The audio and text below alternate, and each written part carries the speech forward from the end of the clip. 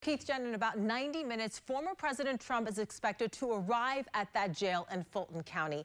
Now, the booking and the arraignment in this jurisdiction don't happen on the same day. When the arraignment does happen, though, it could be the most dramatic because in Georgia, cameras are allowed inside courtrooms. So for the first time, we could see this entire case play out before cameras. Now, this is a racketeering case, a RICO case against a former president in state court.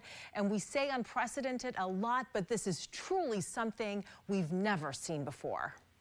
The fourth criminal case against former President Trump. Some say it poses the greatest threat to his freedom.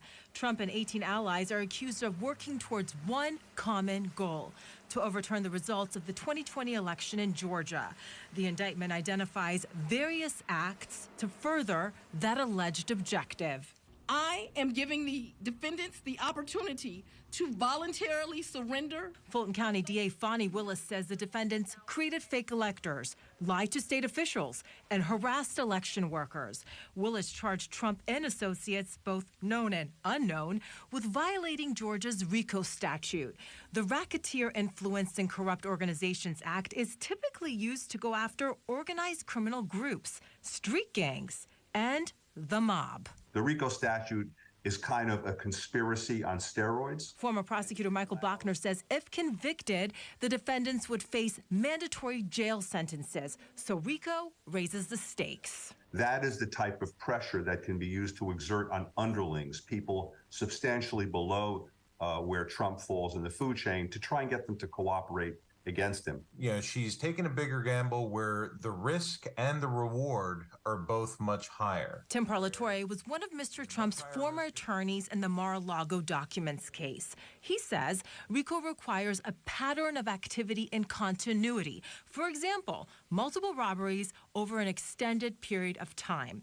Parlatore says Willis is using RICO in a novel way here. He believes the Georgia case may be transferred to federal court and eventually dismissed. Yeah, if you and I agree that we're going to go rob a bank, and we steal a car, we rob the bank, we take a gun, under Fani Willis's theory, that becomes a RICO. She's trying to take this tool and stretch it far beyond the limits of what the legislature and the Supreme Court has put in place.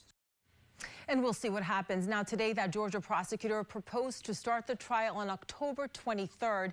As you know, there are two federal cases against Mr. Trump. If convicted and if reelected, he could potentially pardon himself on those federal cases, but that is not so with the state case. He would have no power to pardon himself. Former President Trump says he has done nothing wrong, and he calls all of these criminal investigations politically motivated and tended to stop his reelection.